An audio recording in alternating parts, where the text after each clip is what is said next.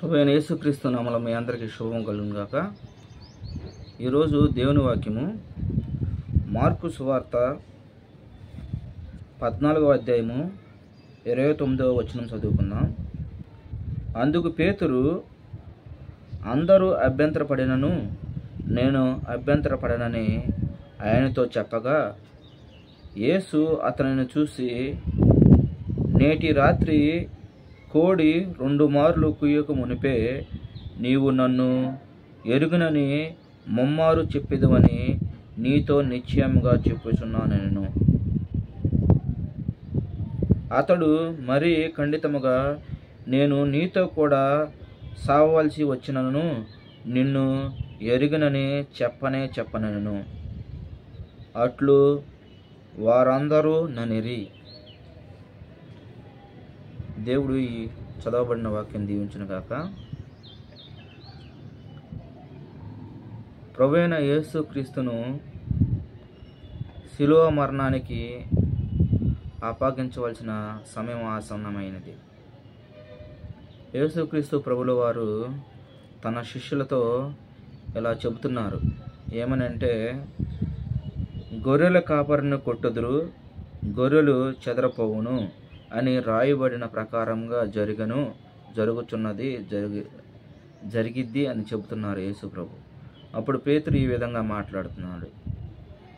ఎవరు నిన్ను ఎరుగునైనా నేను మాత్రం నిన్ను ఎరగనను అని ఖండితంగా చెబుతున్నాడు పేతురు. ఖండితంగా చెప్పి, కోడి 2 మార్లు కుయ్యక మునిపే ముమ్మారు నేను యేసును ఎరుగను, యేసుతో కూడా నేను లేను అని అబద్ధం చెప్పేశాడు పేతురు. అందుకే పేతురును దుడుకు పేతురు అని సంబోధిస్తూ ఉంటారు. ఒక చిన్నదానికి కూడా భయపడిపోయి అబద్ధం ఆడేసేసాడు. చాలా కాలం యేసుతోనే ఉన్నాడు. యేసు ప్రభు చేసిన కార్యాలన్నీ కళ్ళారా చూశాడు, అద్భుతాలు చూశాడు, స్వస్థతలు చూశాడు. ఆయనతోనే ఉన్నాడు. ఆయన శిష్యుల్లో ఈయన కూడా ఒకడు. అయినా నేను యేసును ఎరుగను అని ముమ్మార్లు అబద్ధం ఆడేశాడు. ఈరోజు మన పరిస్థితి కూడా అదే ఉంది, ఆ విధంగా ఉంది. ఒకవేళ ఆపద వచ్చిందనుకో, గబక్కన అబద్ధం ఆడేస్తాం. నేను చేయలేదు, ఆ విధంగా నాకేమి తెలియదు అని అబద్ధం ఆడేస్తాం. అబద్ధానికి జనకుడు ఎవడు? సాతాను. అబద్ధం ఆడావంటే ఏంటి? సాతానికి నువ్వు లొంగిపోయావని అర్థం. నీ మాట అవునంటే అవును, కాదంటే కాదు అనే విధంగా ఉండాలి. ప్రియ దేవుడి పిల్లలారా, ఎట్టి పరిస్థితుల్లో మనం అబద్ధం ఆడకూడదు. అబద్ధం వల్ల చాలా నష్టం జరుగుతుంది. అబద్ధం ఆడినవాడు ఆ క్షణానికి, ఆ సమయానికి ఆపద నుంచి తప్పించుకోవచ్చాము,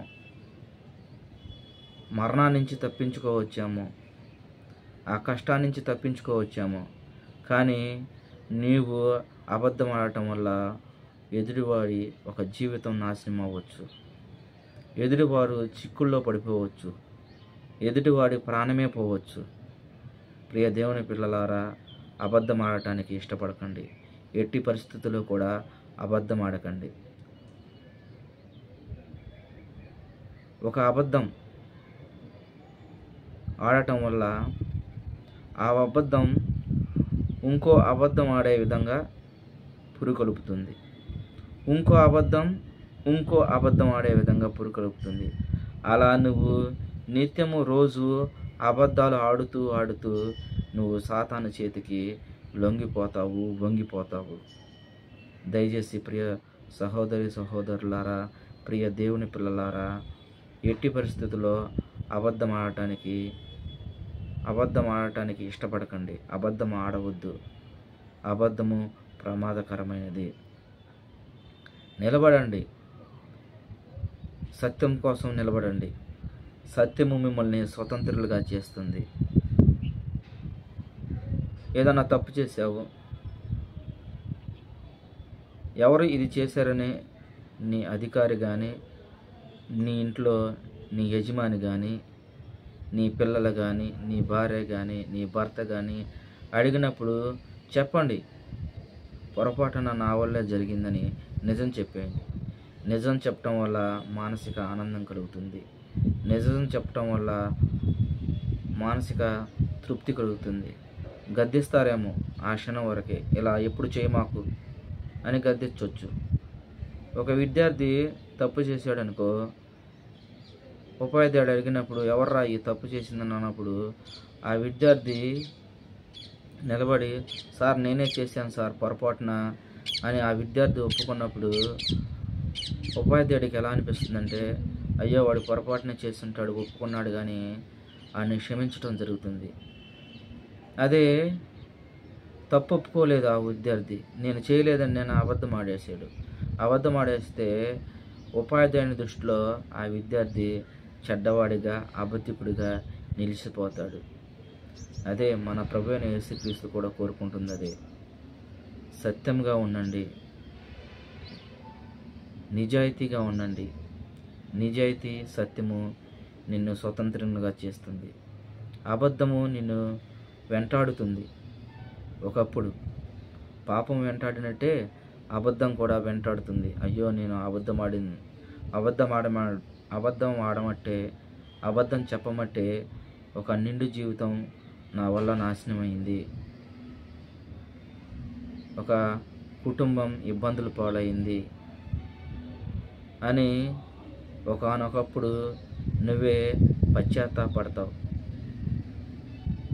ఇలాంటివి జరగకుండా ఉండాలంటే మనం సత్యం వైపే నిలబడితే మనకు దేవుడు కృప, కనికరము మనం పొందుకుంటాం.